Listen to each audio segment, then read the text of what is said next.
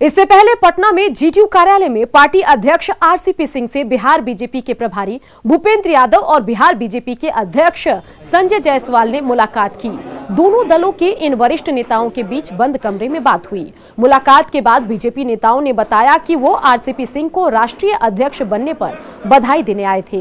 Cabinet विस्तार की बात को बीजेपी नेताओं ने सीएम नीतीश पर टाल दिया और कहा कि सीएम का जब मन हो वो फैसला लेंगे। सरकार चलाने में जेडीयू और बीजेपी के बीच कोई मतभेद नहीं है। वहीं जेडीयू के राष्ट्रीय अध्यक्ष आरसीपी सिंह ने भी कहा कि कैबिनेट विस्तार कोई मुद्दा नहीं, समय आने पर विस्तार हो जाएगा। मंत्रिमंडल विस्तार और एमएलसी को लेकर के उपयुक्त समय पे सब हो जाएगा। पूरा शीर्ष नेतृत्व माननीय मुख्यमंत्री जी के संपर्क और चर्चा में है। उपयुक्त समय पे इसका निर्णय। मंत्रिमंडल का विस्तार कोई बहुत बड़ा इशू नहीं है। ये हम लोगों के बीच जो है बराबर संवाद कायम है और उपयुक्त समय पर ये हो जाएगा। माननीय मुख्यमंत्री जी का इस पर विशेषाधिकार है। सब लोगों से बातचीत कर करके सही समय पर हो जाएगा। सीएम नीतीश कुमार पूर्णिया के दमगढ़ा पहुंचे, जहां उन्होंने जीविका दीदियों से संवाद किया और इस दौरान सीएम ने उनके लगाए गए स्टॉल का भी निरीक्षण किया। दमगढ़ा की जीविका दीदियों ने एक समूह बनाकर कोरोना काल में अच्छा काम किया है, जिससे यहां के किसानों को भी फायदा मिला। सीएम के आगमन से जीविका दीदी काफी खुश थे और सीएम नीतीश कुमार ने इस दौरान कहा कि जीविका दीदियों को स्कूलों के पोशाक योजना से जोड़ा जाएगा। साथ ही सभी सरकारी अस्पतालों में जीविका कर्मी ही मरीजों के लिए भोजन बनाएंगे। उन्होंने ये भी कहा कि इस इलाके में मक्का से जुड़े उद्योग खोलने का प्रयास किया जाएगा। भाई हमारे साथ देते हैं, उसमें हम लोग स्वयं सहायता समूह हैं और उनका जो है सही समय। खरमास के बाद बिहार की सियासत अलग रंग में दिखेगी। सीएम नीतीश कुमार जहां जनता के दरबार में मुख्यमंत्री कार्यक्रम फिर से शुरू करने वाले हैं, तो नेता प्रतिपक्ष तेजस्वी यादव धन्यवाद यात्रा पर निकलने वाले हैं। मकर संक्रांति को सूर्य धनु राशि छोड़ मकर राशि में प्रवेश करते हैं। खरमास खत्म होने के बाद इसी दिन से शुभ कार्यों की शुरुआत होती है। मकर संक्रांति का बिहार की सियासत में खास महत्व है। इस साल भी खरमास खत्म होने के बाद बिहार की राजनीति थोड़ी बदली सी दिखने वाली है। पक्ष और विपक्ष के दो दिग्गज फिर से जनता के दरबार में होंगे। तेजस्वी यादव विधानसभा चुनाव में पार्टी के अच्छे प्रदर्शन के बाद जनता का आभार जताने के लिए धन्यवाद यात्रा पर निकलेंगे, तो मुख्यमंत्री नीतीश कुमार फिर से जनता के दरबार में मुख्यमंत्री कार्यक्रम की शुरुआत करेंगे। हाँ,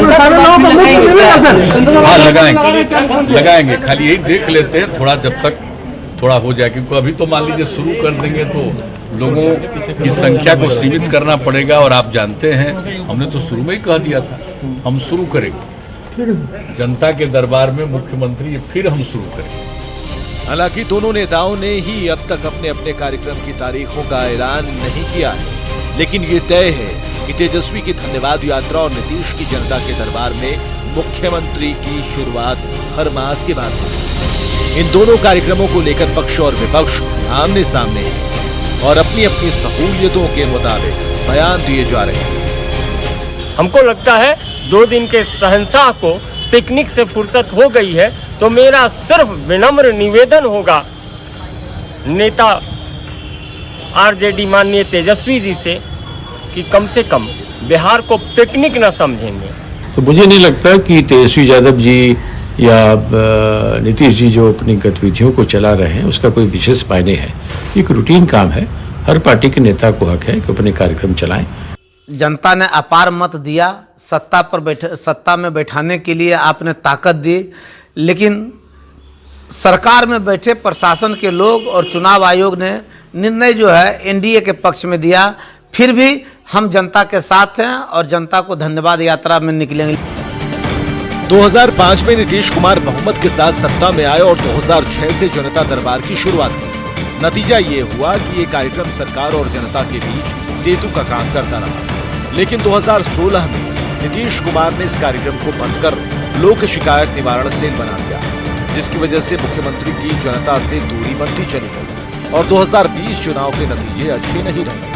दूसरी तरफ तेजस्वी धन्यवाद यात्रा पर निकलने वाले हैं, क्योंकि उन्हें लगता है कि इस बार जनता ने बदलाव के लिए आरजेडी के पक्ष में वोट दिया था। मतलब मकर संक्रांति के बाद बिहार की राजनीति के दो दिग्गज जनता के बीच होंगे और एक दूसरे को घेरने की पूरी कोशिश भी होगी। न्यूज़ 18 के लिए पटना से शैलेंद्र की रिपोर्ट। किशनगंज में NH 327 पर मीर भिट्ठा के पास पुल की मरम्मत का काम चल रहा है, जिसकी वजह से गाड़ियां वैकल्पिक रास्ते से होकर गुजर रही हैं। यह रास्ता इतना खराब है कि कभी भी हादसा हो सकता है।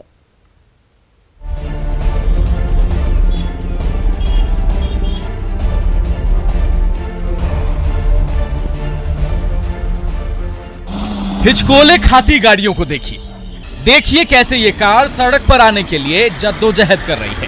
कार सवार पैदल सड़क तक पहुंचकर कार के पहुंचने का इंतजार कर रहे हैं। अब इस बस को भी देख लीजिए, ऐसा लग रहा है कि अगले ही पल बस पलट जाएगी। किशनगंज में NH 327 पर मीर भिट्ठा के नजदीक आजकल ये नजारा आम है। लगता है जैसे किसी भी समय कोई बड़ा हादसा हो सकता है। इसकी वजह है NH 327 पर मीर भिट्ठा के पास पुल की मरम्मत का काम। दरअसल यहां क्षतिग्रस्त पुल की मरम्मती का काम चल रहा है, लेकिन इसके लिए डायवर्सन नहीं बनाया गया है। बस 2 सूचना बोर्ड लगाकर प्रशासन ने अपनी जिम्मेदारी की इतिश्री कर ली। अब हालात ये है कि गाड़ियां वैकल्पिक रास्ते से होकर गुजर रही है। ये रास्ता इतना खराब है कि कभी भी हादसा हो सकता है। जाना है तो एयरपोर्ट बागडोगरा, लेकिन अभी हम आ रहे लोहागड़ा से। क्या परेशानी हुई इस रास्ते में? यहाँ परेशानी इतना हुआ कि आदमी ऐसा लग रहा है कि गाड़ी पलटी होने वाला है, ऐसा है। तो परेशानी बहुत है, आना जाना पड़ता है, क्या कीजिएगा। पुल को मरम्मत करना बेहद जरूरी है, लेकिन जरूरी ये भी है कि सड़क पर आने वाले लोगों के लिए वैकल्पिक रास्ते को ठीक किया जाए। अगर जल्द से जल्द डायवर्सन नहीं बना तो कोई बड़ी दुर्घटना भी हो सकती है। न्यूज़ 18 के लिए किशनगंज से आशीष रंजन की रिपोर्ट।